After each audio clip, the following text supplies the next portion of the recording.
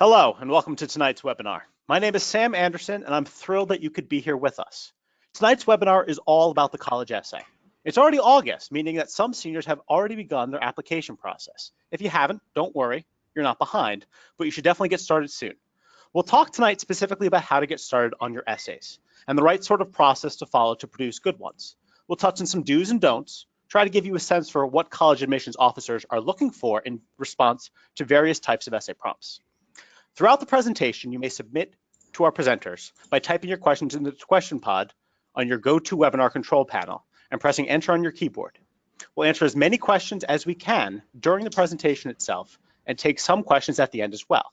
This question pod will be available for you to use at any time during the presentation. Please don't hesitate to use this tool. We truly love to answer any questions you have. You may also, at any time during the presentation, use the handout section to download a coupon valued at $120 as a token of our appreciation. So with that, I'd like to introduce you to tonight's speaker.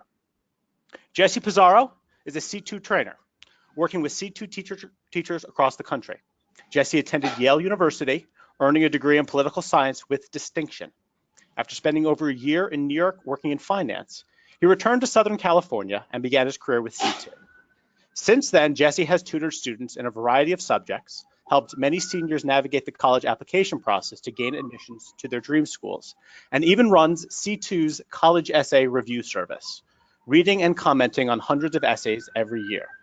We are very excited to have Jesse with us tonight to share his insights and experiences and present to you the anatomy of an awesome essay. Jesse? All right, thank you so much, Sam, and welcome everyone to the anatomy of an awesome essay, as Sam mentioned.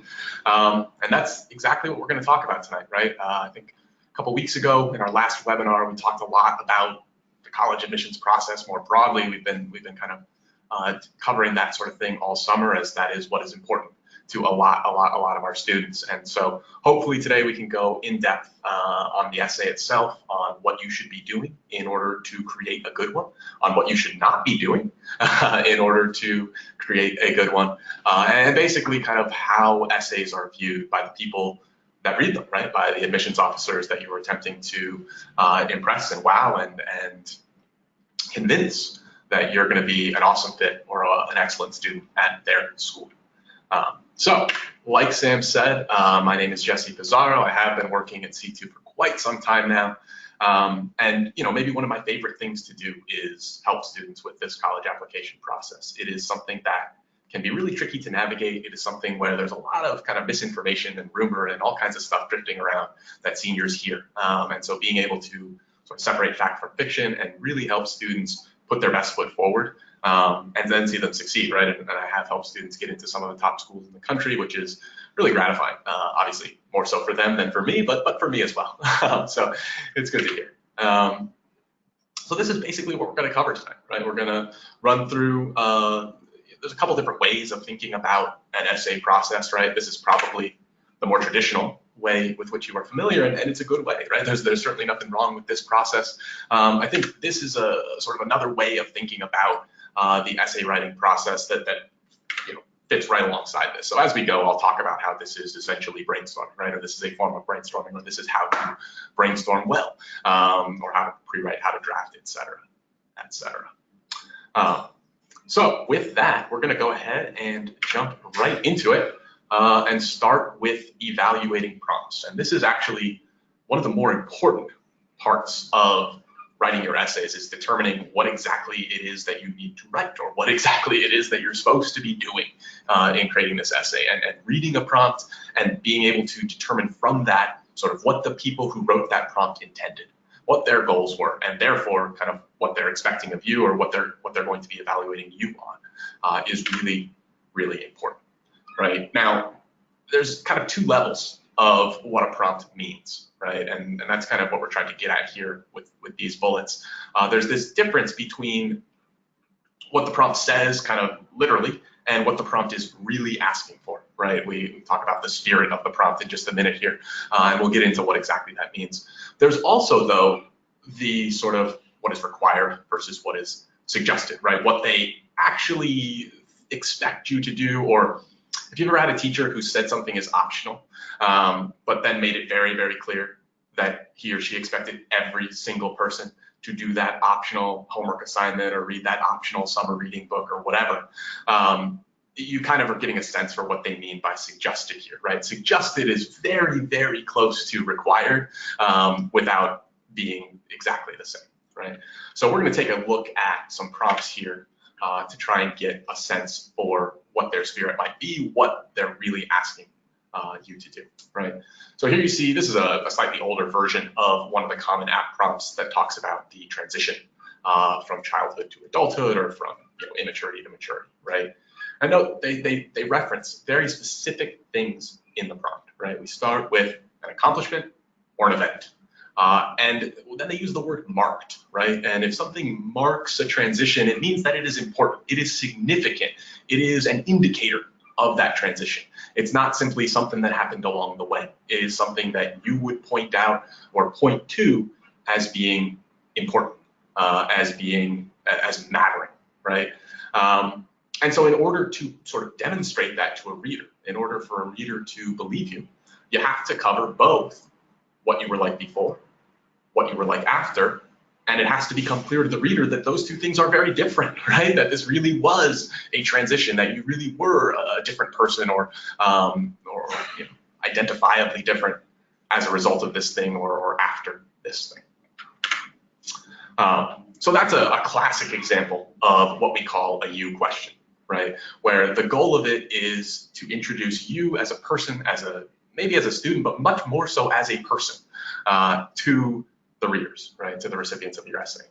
There's a couple other prompt types that we'll cover that you can see right there on screen in just a minute here.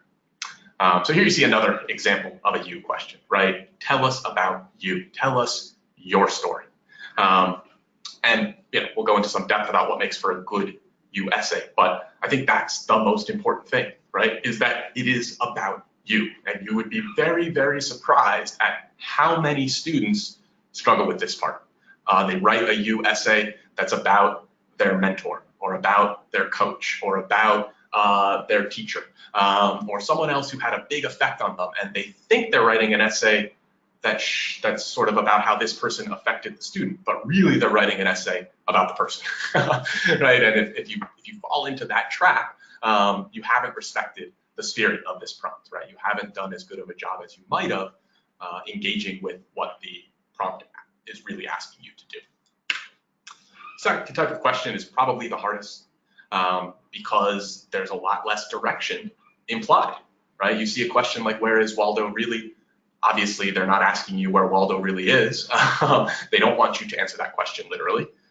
What they want you to do is come up with a spin on this, a take on this, a version of this that gives them a sense for how you think and how that's interesting and how that's creative and how that's cool, right? As you can see right up there, right? We want to see a glimpse of your imagination, your creative problem-solving skills. Well, the creative problem that you have been posed is this kind of weird essay prompt, right? Where it's not at all straightforward how you should answer or what you should talk about. And so there's certainly a wider variety of appropriate essays in response to this, but you shouldn't take this to mean that there is no prompt here, or that you can write whatever you want, or that you can take one of your other essays and just stick it in here because, I mean, who cares, right? It's just a crazy prompt.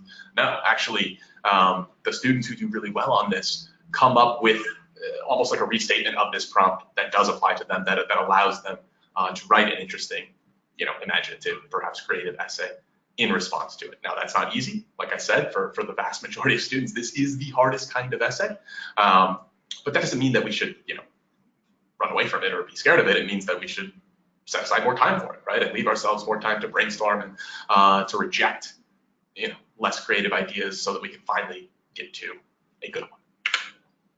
Last kind of essay is probably the easiest to identify, right? It's the most obvious that, oh yeah, this is this kind of essay.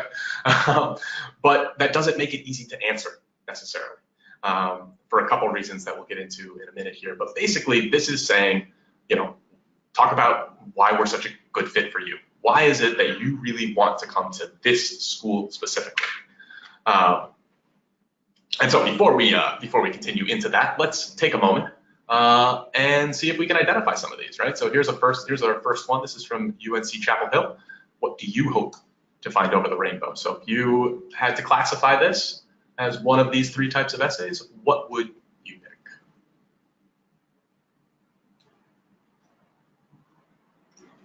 Okay, and this was kind of a trick question, which is why we asked it first. You know, honestly, the voting was pretty split, right, between creative and you. Some people voted why us. I'm not entirely sure why, but you know, I think you could go either way with this, right? I think it is kind of creative in the sense of you have to sort of define over the rainbow to mean something other than over the rainbow, quite literally. But really, it is a you essay, right? This is an essay about you. It's basically saying what are your hopes, what are your dreams, what are your goals, what do you hope your future holds for you, right? And can you articulate that, you know, in a way that makes sense? Yes, there is a rainbow. Yes, rainbows do have some element of kind of, you know, mysticism, or they're associated with luck and that sort of thing.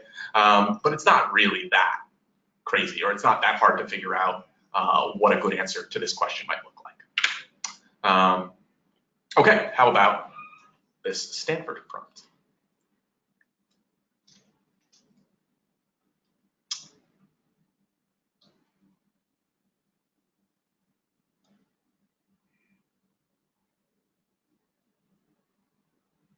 All right, and yes, much clearer on this one. The vast majority of you saw that this was a U essay as well. Finally, again, I don't think this will be too tough, but let's go ahead and make sure that we're all on the same page here. This one here, this UPenn prompt, a you, creative, or why us? Yeah, and the vast majority of you instantly understood that this was very much a why us essay. So why is it that why us essays are so hard, or at least are challenging for some students? The reason is that they require real research, okay? The vast majority of my students, when they first start on these kinds of essays, they assume that they can just kind of Google the college, that they can just, you know, go to the website and look at a couple of bullet points on the About Us page or About This School page or something like that, and kind of copy those into their answers. And the problem is that every other person applying to that school has thought of that, okay? Nobody hasn't thought of that. Everyone knows that that's one thing you can do.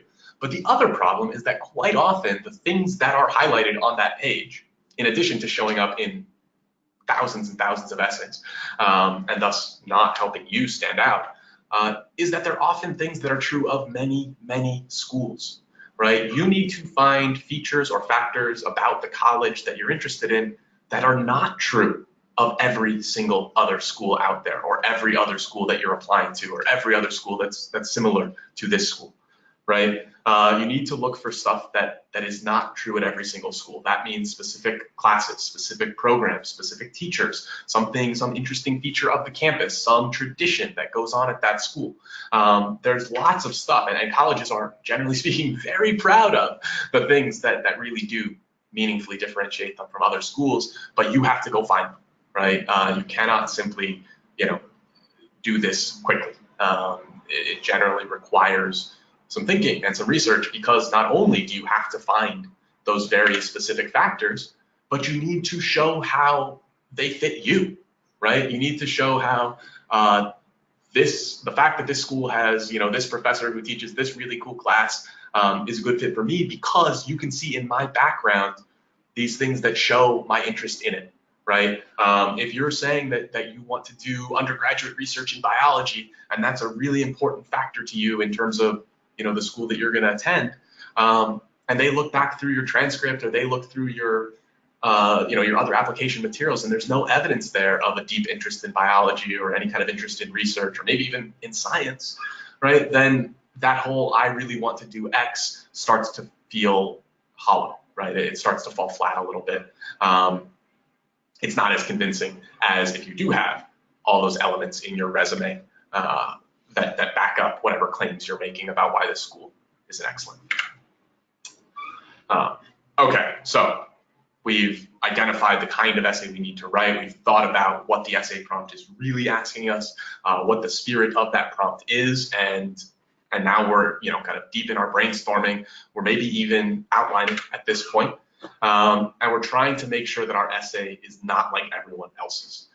we're also trying to make sure that it's good, right? In addition to being unique, right? We want it to be well written, we want it to be well organized, we want the reader to have as few problems or as few obstacles as possible getting in the way of our meaning, right? What we're actually trying to say. So as we said, probably the first thing and the most important thing is that you write a single story in your essay, and that in general, particularly on the U essays, that you are the focus of that story, right? Even in the creative and the YS essays, right? We talked about how the YS essay kind of turns around and it has to be a U essay as well, right? But make sure that it's not an essay about something else, right? If you had to identify the topic or the main idea of your essay, ideally it will be you almost all of the time. Second thing is you need to tell a story, okay? There's a lot of places on your college application to inform admissions officers about all the different relevant facts about you, right? You're gonna give them a transcript. They're gonna see all your grades. You're gonna send a gazillion different SAT or SAT subject test, AP scores in, and they're going to look through all that. They're going to have letters of recommendation. They're going to have just so much data that they can use to evaluate you. And so what you don't need to do is cram your entire resume, cram your entire application into your essay, right? That is a huge mistake, and generally speaking, it ends up not being an essay. Right? It ends up being a series of semi-connected paragraphs, but it's not. It doesn't have that cohesive feel that when you sit down and read it, you have read one thing that has a beginning, that has a middle, that has an end, where you learn something about the person, or about the subject or about the topic. If, as you are outlining, you are noticing that you're including a whole bunch of different stuff. Or that the topics of your paragraphs don't seem to flow very neatly to one another, or you're sitting there thinking, well, how can I mention this little story that I was trying to tell? How can I fit that into this larger narrative that I'm crafting here? Almost always you're making a mistake and you're trying to put too much stuff into one essay. That's not to say that nothing should happen in your essay, right?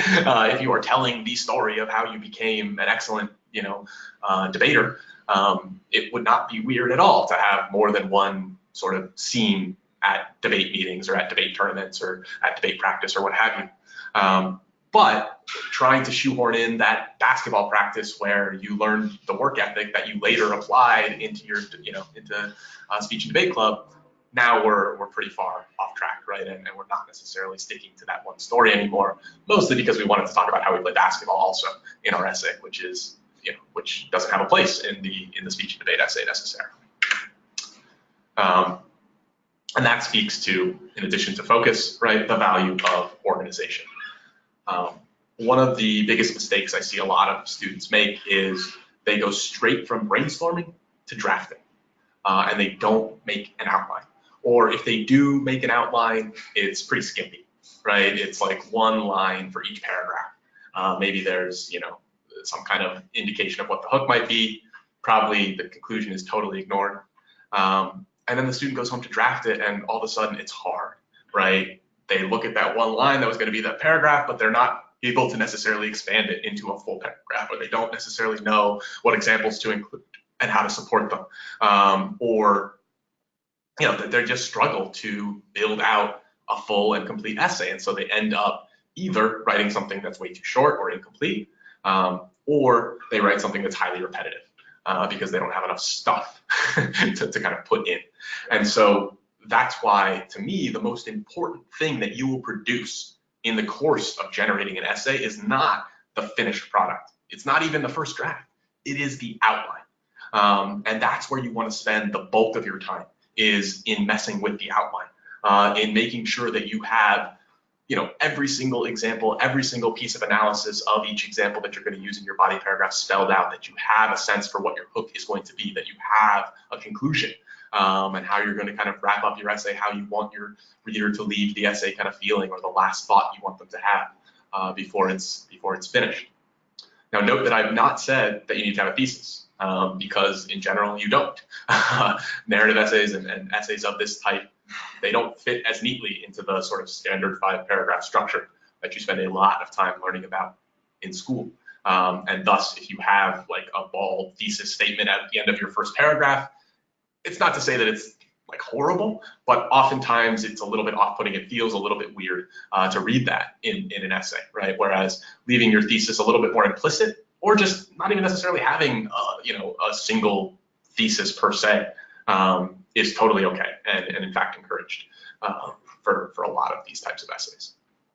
The point, though, is that you want to sit there and do the work on the outline, so that when it does come time to produce that initial draft, when it does come time to start writing, you don't have to do nearly as much thinking, right? Your thinking is about how to render this idea in the best language possible, but you don't have to come up with the idea itself, right? You've already got that. You know where it's coming from. You know where it's going to. You know how you're going to transition from each idea to the next one, and all you're worried about is writing good sentences, and that's a fun thing. I mean, but if you're like me, that's perhaps fun.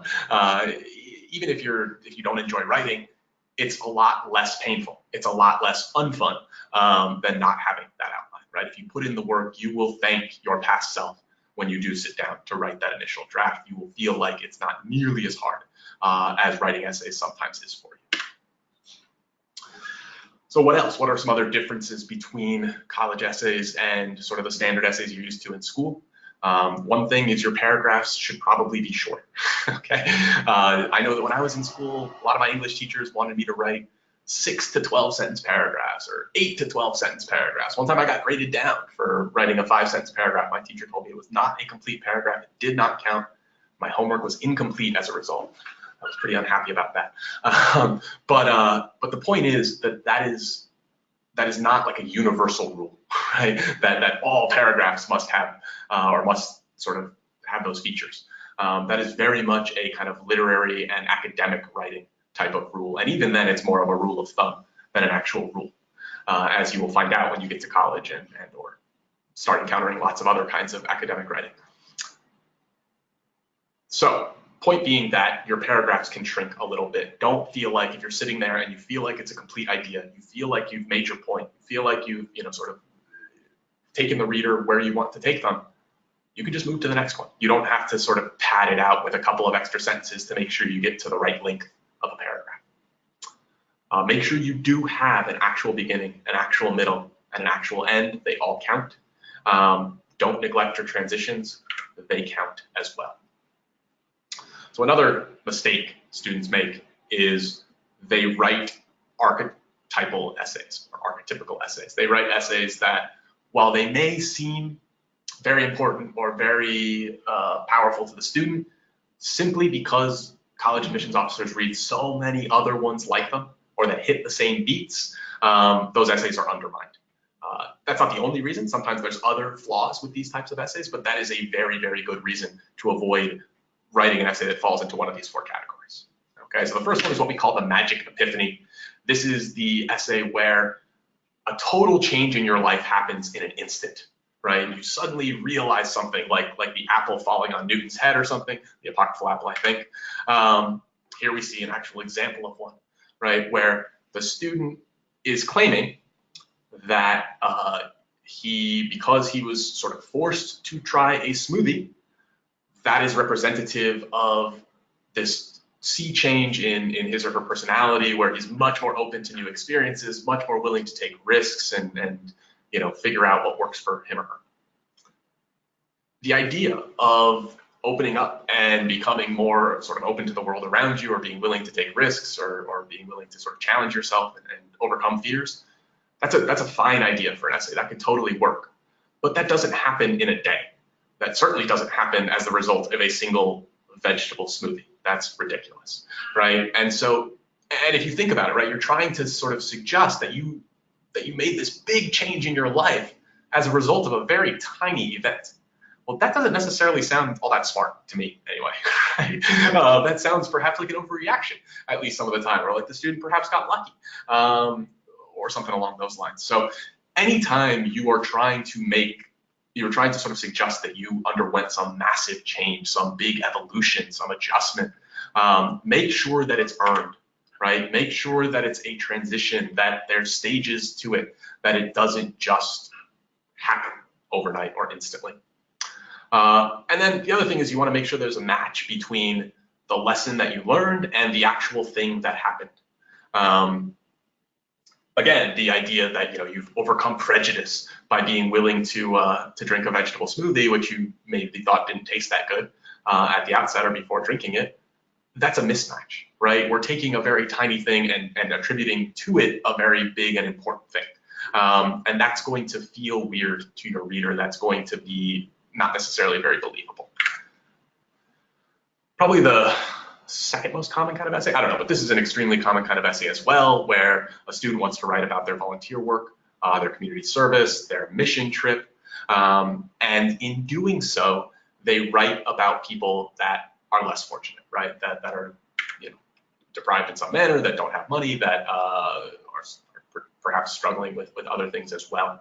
And oftentimes the students are very well-meaning, right? They are trying to say that they had certain sort of features of their privilege removed, or they had their eyes opened, right, to something that they had not realized about the world.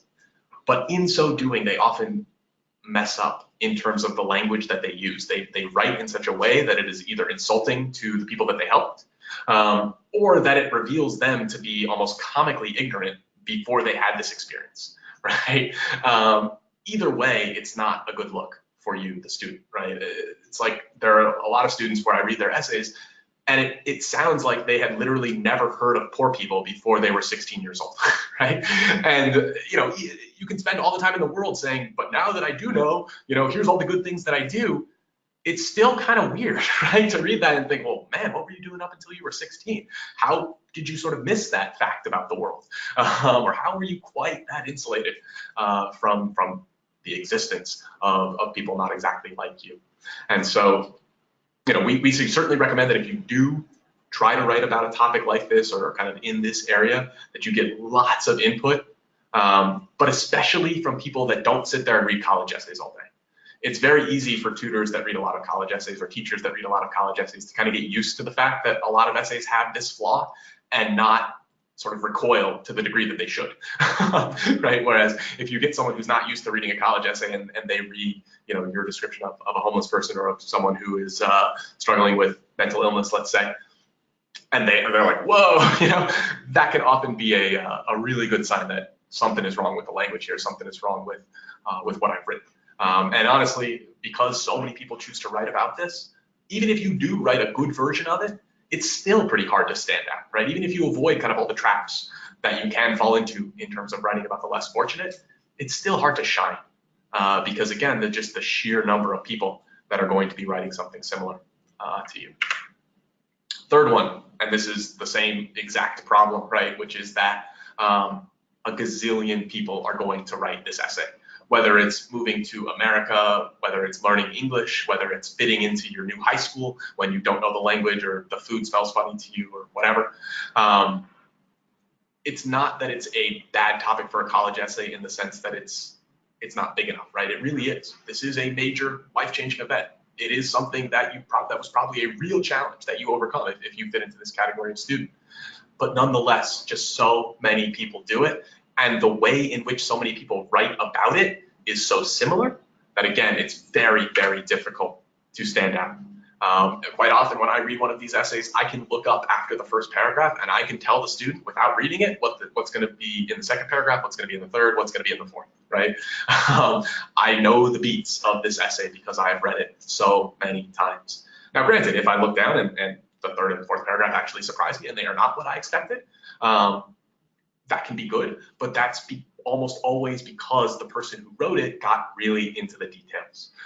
They were able to talk about their specific and unique and interesting move to America in a way that didn't just hit on the same story beats that everyone else does. In general, the way to do that is to zoom in further, right? Go more micro. Don't necessarily talk about the whole move to America. Talk very specifically about fitting into your high school or your little friend group within the high school, or learning to play basketball when your whole life you grew up playing soccer or something along those lines.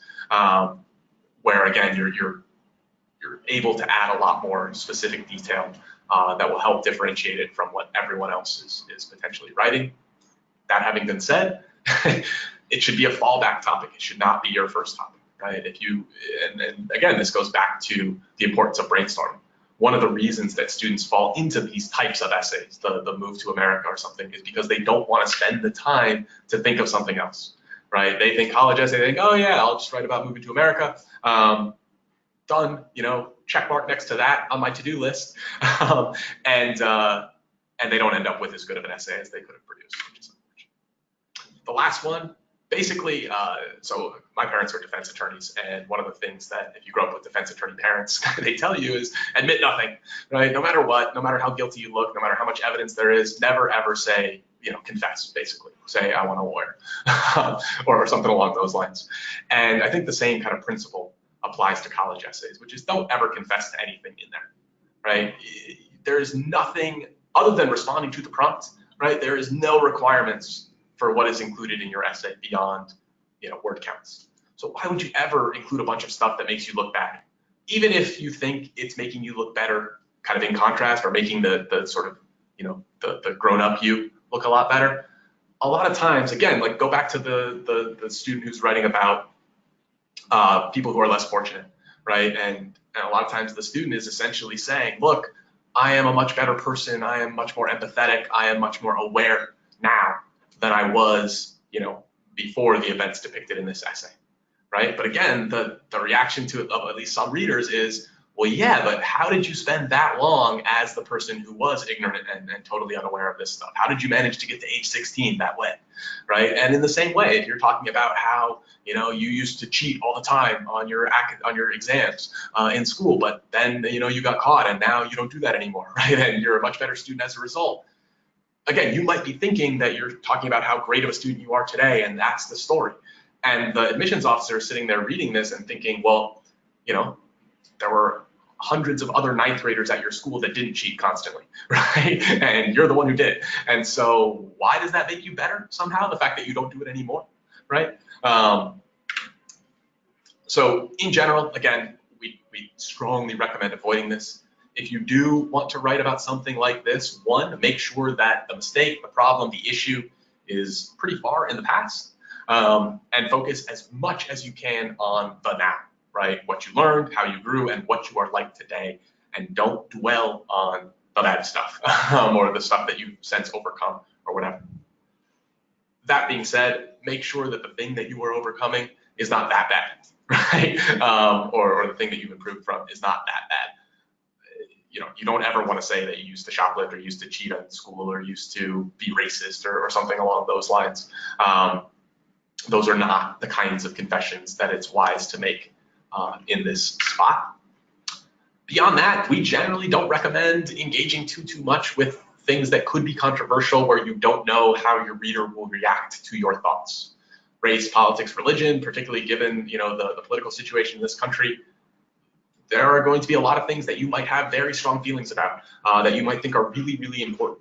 And while I wish that I could promise you that every single college admissions officer will be perfectly impartial and objective and will simply look at the quality of what you've written and not sort of the underlying beliefs, I cannot promise that, unfortunately. Now, of course, if you're applying to a religious school or if you're applying to a private school with a very clear kind of political bent, you could potentially take that into account when writing your essays. But there's also sort of no harm in steering clear, right? There's almost no downside. Likewise, if you have had any mental health issues or emotional health issues in your past, do not mention them in your college essays under any circumstances. I wish I could say differently. I wish that there were not sort of stigmas associated with that still, but I cannot advise it. To me, it is too much of a risk when, again, you could write about other stuff. Okay, so what else should we be doing, right? So we talked a lot about some don'ts, right? A whole bunch of essay types to avoid. One thing we did talk about with creative essays in particular, but just more generally, is you do want to differentiate yourself, right? You do want to stand out. You do want to not just write the same essay that everyone else wrote. But there's a limit, right? So you want to be outside the box a little bit, but you don't want to be so far outside the box that no one knows kind of where you are or what's going on here. And this is, I think, where criticism comes in, where getting feedback, and not just at the end, right? It's really hard to write, draft and revise and edit and draft some more and then go hand your essay to someone, by the time you put that much work into it, by the time you've done that much stuff, if they look at you and are like, listen, I know you did a lot of work on this, but I really think you should just throw this essay out and start over because I don't think this is a good topic for you, or I think this is bad. That's going to be really hard to take at that point once you've done all that work, right? Whereas if it's just, you've got a list of 4 or 5 different ideas, or you're starting to build out your draft, you'd be much more willing to sort of take that sort of criticism, be open to that sort of criticism. Right, so make sure that you're getting some criticism a little bit earlier in the process, ideally during the brainstorming and or outlining phase, so that you are open to the sort of full spectrum of criticism. And then make sure that ultimately it's not only you that can understand your essay, right? Yes, you can use some cool literary devices and techniques to make your essay better, but you also got to remember that people are going to be reading these pretty quickly, and you want to make sure that they can take away from them what you want them to take away, right? That's the most important thing. And so if you dress your essay up a little bit too much, or you kind of get a little bit too creative, that can sometimes detract from the actual message that you're trying to convey. So here we see an example of exactly that, right? I believe that verse in the middle there is from Emily Dickinson. Why it is kind of stuck in the middle of these two, I don't know, paragraphs? I guess you can call them paragraphs, but again, it's just, you read this and you have no idea what's really going on. It's hard to tell what's literal and what's figurative. It's hard to tell, and the whole thing is just like crazy pretentious. So I would strongly advise avoiding this sort of thing, right? If you can't really explain what's going on or what you're trying to achieve or what you're trying to do here, that's a really good sign that you have failed and that you should do a little bit of revision or adjust. Okay, what about adding some color? What about adding some spice in and really making our essays stand out? What sort of characterizes the good writing that we like to see in our college essays? Probably the most common writing advice that you will get out there is show, don't tell, right? So what does that mean? Well, what it means is that you want to be able to put your reader in your shoes. You want to sort of have them experience what you experienced, not simply imagine what it might have been like, right? And so if you look at these two examples here, I really like the word invigorating in the telling example, right? It's a good word. It's not a bad word, and it's not poorly written, right? The telling example is not bad. It does a good job of telling the reader kind of how the student feels, right? But the showing example gives you the sense for what it actually feels like, right? Reveling in that first shock of cold, clean water, that is what it is to be invigorated, right? To be energized, despite the fact that the water is cold, right? In fact, it is the fact that the water is cold that does energize the person or kind of wakes them up. And the showing example really gets at that, right? You almost get that jolt of, whoa, this is cold water, I'm awake now, that the reader does. When do you get that? Well, when they tell you the moment that says, now it is day, right? And we know that moment. Anybody who's ever stayed up to watch or gotten up really early to watch the sunrise, right? There's this kind of weird hazy light for a while, and then at some point, there's like this infinitesimal change in the quality of the light, or the sun gets a tiny bit higher, or the shadow drops, or the angle changes, and boom, all of a sudden it feels like day, even though 2 minutes before it was still dawn, or it was night, or it was something else. And this writing conveys that really, really well, right? It gets at that moment, it puts the reader in that moment, and that's what makes it strong. Again, there's nothing wrong with the telling, right? It's fine, but it's not amazing. It doesn't stand out. It doesn't sort of make you feel, again, like you're in that moment in the way that the best writing can. That's what you should be aiming for. That's your goal, right? Is to put your reader and have them kind of go through your experience as you go through the essay. Of course, you want to use sensory descriptions: sight, sound, taste, smell, and feel. That's how you situate someone somewhere specific, right?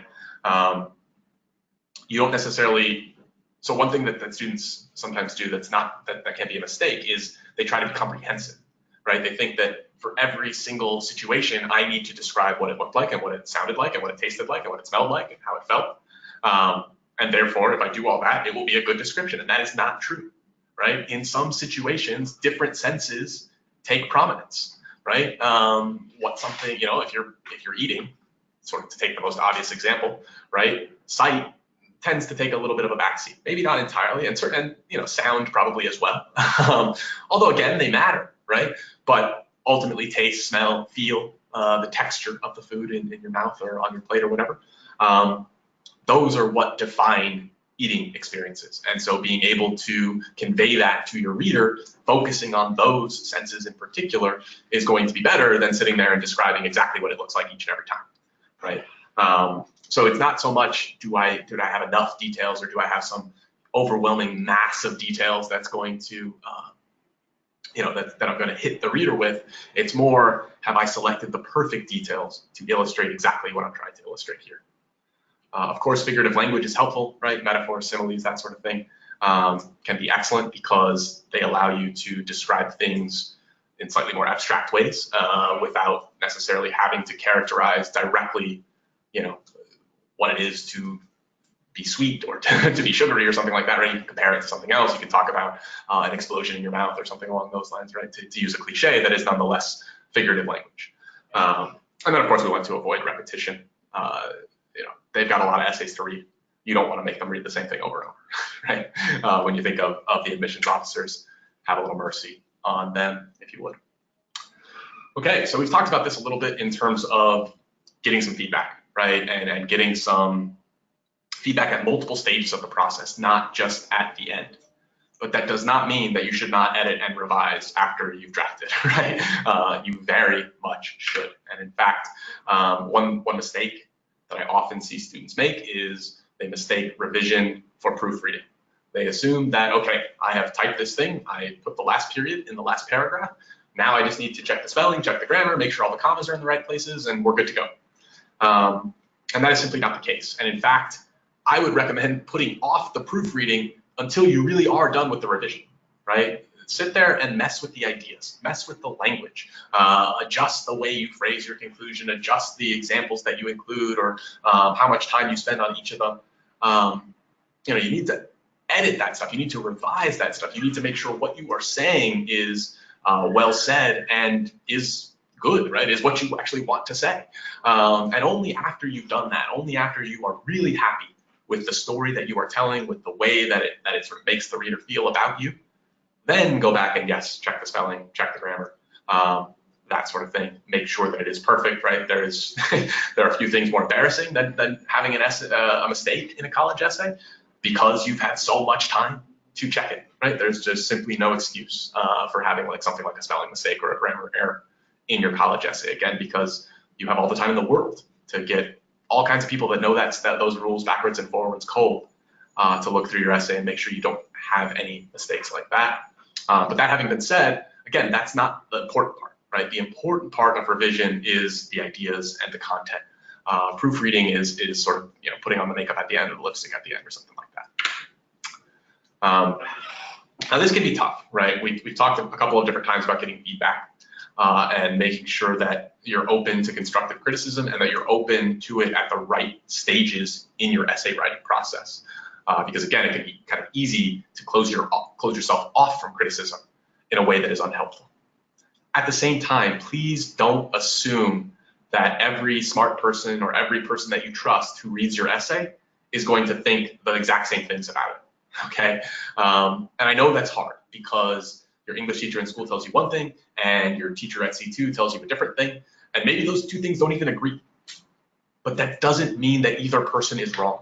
Okay, quite often there are multiple good directions in which to take an essay, but you cannot take both, you can't take it in both directions simultaneously, right? And so you could sort of turn it into, your teacher's version, and that could be good, or you can turn it into your C2 teacher's version, and that could be good. Maybe one would be a little bit better, maybe they would both be equivalently good, but what you cannot do is some weird Frankenstein hybrid of the two. Right? A lot of times, if you attempt to kind of take the average of the feedback that you get, insofar as that's even a coherent idea, you will end up making your essay worse, or you will end up kind of splitting the baby in a way that's unattractive. You will end up not addressing either person's concerns completely, and thus potentially introducing more concerns, potentially losing focus in your essay, potentially introducing too many stories, potentially making some of the mistakes that we've already talked about today in this webinar, or even adding them in. And so you kind of want to have, sort of like a plan, right? Once you get comments from one person, you need to then sit down and evaluate those comments. You need to think about that feedback and decide whether you agree with it, whether it's right, whether it makes sense, and then decide kind of what you're going to do about it as a result. And those are your decisions to make. That's not to say that they are easy decisions. That's not, a lot of the times, again, it's hard as a student to sort of reject the advice of someone who, one, has your best interest at heart, and two, is potentially a better writer than you, right? Or at least is more experienced and has things to teach you. But again, it's ultimately your essay. Ultimately, the person who has to be happy with it is you, right? And if you turn in something that you've adjusted in response to criticism from someone else that you don't totally agree with, you're going to have a really kind of sick feeling in your stomach as you're handing that essay in, as you're kind of finishing your applications, because in your heart of hearts, you want to kind of change it back to the version you had before, or you want to go in a different direction, or you don't totally believe that critique. Now, you can go too far with this, right? Again, we talked about getting too attached to your essay and how that can be problematic. But at the same time, you do need to ultimately produce something unitary, right? Something that is cohesive, something that is singular. And the too many cooks problem can very much be a problem, right? You can sort of get contradictory advice that leaves you stuck. And so in general, I think it's important to have a plan. I think it's important to pick a few people that you're going to have, kind of read your essay and give you feedback. But it shouldn't just be like you hand it to everyone you see and ask them what they think, because you won't be able to necessarily act on all the different bits of advice or suggestions or recommended changes that you will get as a result. So that is it for this evening. Hopefully you've gotten a good sense for what makes for good essays and how to produce them, right? What are some traps that you could fall into and how you can avoid them? Of course, you can always come into C2. We have a ton of experience helping students with college essays.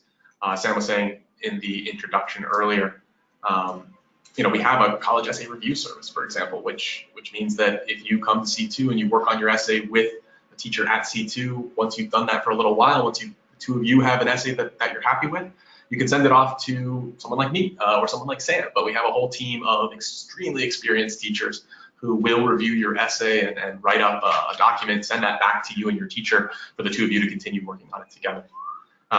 It's that level of service, right? It's that level of commitment to our students that C2 displays that I think really does differentiate us and help make C2, a great place to help you if you do need to go through this process, because it's very much going to be that. If you come into C2 to work on your college essays, it is not going to be a thing where they say, okay, write a draft, come back, and we'll help you edit it, right? We're going to sit there and we're going to help you all the way through that process from, prompt selection and evaluation, through brainstorming and outlining, through drafting, and then of course through extensive revision, even including things like that essay service that I was mentioning. So if you are interested in C2, if you'd like us to reach out to you, please don't hesitate. Submit your name, your phone number, and a zip code into the Q&A box. Just write it as a question, right? It's not actually going to be a question. I'll go through afterwards and find all the personal information that's been submitted there, and I will make sure whatever center is closest to you reaches out to get in touch or to set something up. I'd also encourage you, once again, to download that coupon. This is something that we value at over $120, and the reason for that is because, well, it's not because it entitles you to come in and take a test. Okay, there's a million places where you can go in and take a test and have that test scored, including your public library, for example, right? What C2 offers, what the difference is, where the value comes in, is not the taking of the test, it's the analysis of the results. You will be entitled to sit down with one of our center directors, and our center directors are absolute veterans, right? They are people that have ushered hundreds, if not thousands, of students through their high school and sometimes junior high school careers, all the way up till they finish the college application process and get into an awesome school. And so they will sit down with you and they will go over the results of whatever exam you choose to take, whether that's an SAT or an SAT subject test, maybe even an AP exam. And they'll help you break it down, they'll help you understand the breakdown, and they'll help you understand the implications of that breakdown. What does that mean for this summer? What does that mean for sophomore year? What about the classes that I'm taking? Am I signed up for the right ones? Should I try and accelerate in math? when should I be planning to take my SAT subject test? In what subject? Suppose I want to major in this. They can answer all those questions. They can talk you through all that stuff, and they can help you set out a plan, whether that's for 4 years if you're, a ninth grader, or, for the rest of the summer and into the fall if you're a 12th grader that's about to undergo the college application process. So strongly, strongly encourage you to download that coupon and come on into C2. Again, if you'd like C2 to reach out to you, put your name, your phone number, and your zip code in as a question. Just submit it there, and I will make sure that the center that is closest to you gets in touch as soon as possible. So with that, I'm going to go ahead and look for a couple of questions that you folks submitted during the presentation that are particularly good or representative, that that aren't just, hey, tell me about my specific college application process, but that are more about, hey, this is a question that will apply to lots and lots of people. So a number of people are asking, can I watch this presentation again? How does this work? You can always watch our presentations again. All you have to do is go back to the registration page, or just follow the link, and you'll be able to rewatch them on demand. You won't be able to do that tonight. Probably it takes a little while for them to fully upload and stuff like that. But as of tomorrow, there should be no issue with that whatsoever. I see some people asking about, can they send their essays in to be revised? No, that's not what I meant by the C2 essay revision service. This is a service that we offer to existing C2 students. So if you sign up with C2, if you then work with a C2 teacher for some number of hours, at that point, you may submit your essay to our review team, but it's not something that's just sort of open to the public more generally. Again, if you'd like to see this presentation again, you are welcome to just visit the registration page and watch it at your leisure. Otherwise, when does sharing stuff in a college essay become too personal? Is there a too personal or sob stories effective? Yeah, that's a tough one because sometimes it's appropriate to be fairly personal. People will quite often write personal essays or first-person essays that reveal some pretty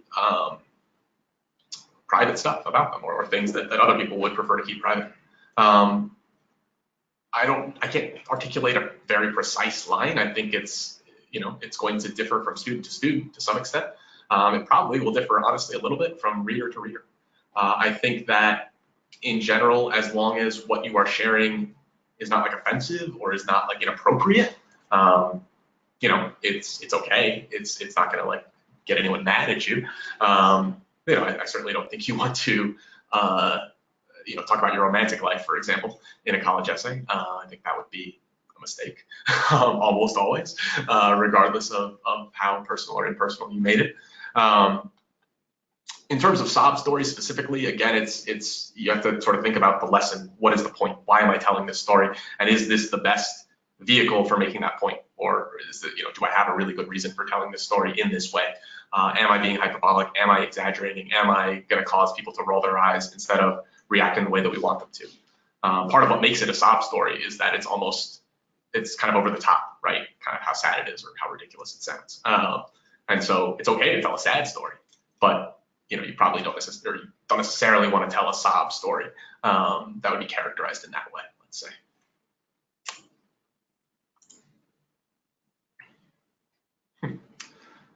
Okay. Yeah. Again, folks, if you want to rewatch the presentation, you are welcome to do that at any point at the registration page as soon as the thing is uploaded. Another question here is, how many prompts can we choose from? That's going to differ dramatically from school to school. On the Common Application, for example, I believe there are 6 prompts from which to choose, or 7 technically if you count topic of your choice as one of the prompts. For the UCs, I believe there are several prompts and you have to choose 4 of them. For other schools, there may just be 1 and you have to answer it. For many schools, for example, that you apply to through the Common Application, there is just a required supplement. Why us essays are quite often just required. You just have to write them for each school to which you apply. So it will really, again, vary from school to school. You want to sort of investigate that individually.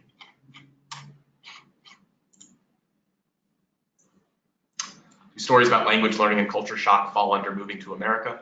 Yeah, generally speaking. I mean, if you were saying, if you moved to a different country from America when you were a kid, and you wanted to write the moving to France essay or the the moving to somewhere else essay, I actually think that could be kind of cool because the details are different, and you would be able to maybe do a little bit of a send up of the stereotype, or a tiny bit, a hint of mockery of the standard version of that essay.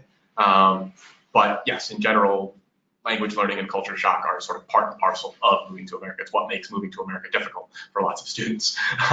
And so, yeah, I would sort of consider that under the same umbrella. How important is the essay to the admissions process? So this will probably be our last question here, folks, and then we'll wrap it up. But it's a good question. It's not the most important thing. Your grades, your scores are, generally speaking, both going to be bigger factors than the essay. That having been said, when you think about it from the perspective of a senior that's about to start the process, there's not a whole lot of stuff that you have left to do, right? I mean, if you think about your grades, for example, you've already gotten 6 semesters worth of grades in high school.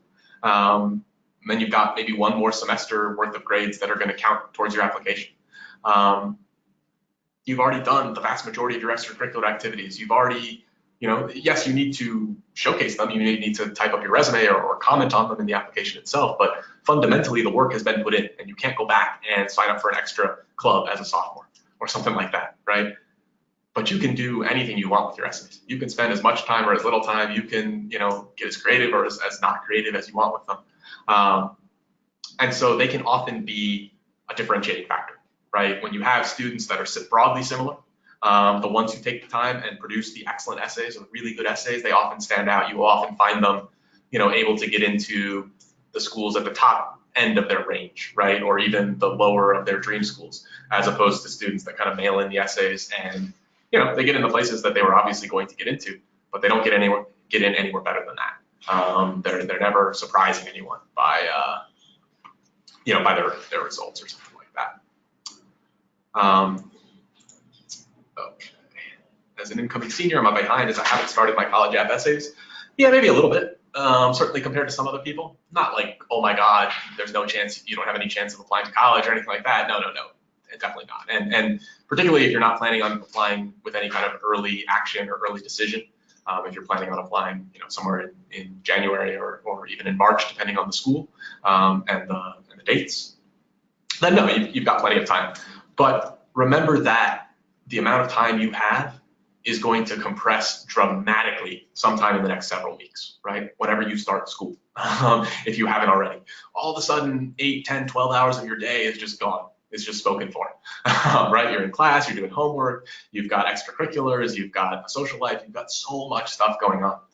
And college applications are a major, major undertaking that take a ton of time. And so getting as much of that done in the summer when you don't have all those other demands on your time is really, really valuable. So no, technically, I don't think you're like really behind, and certainly not like dramatically behind, even if you are. But yes, I would certainly recommend getting started as soon as you possibly can, because yes, I think that the vast majority of students underestimate how long the entire application process takes.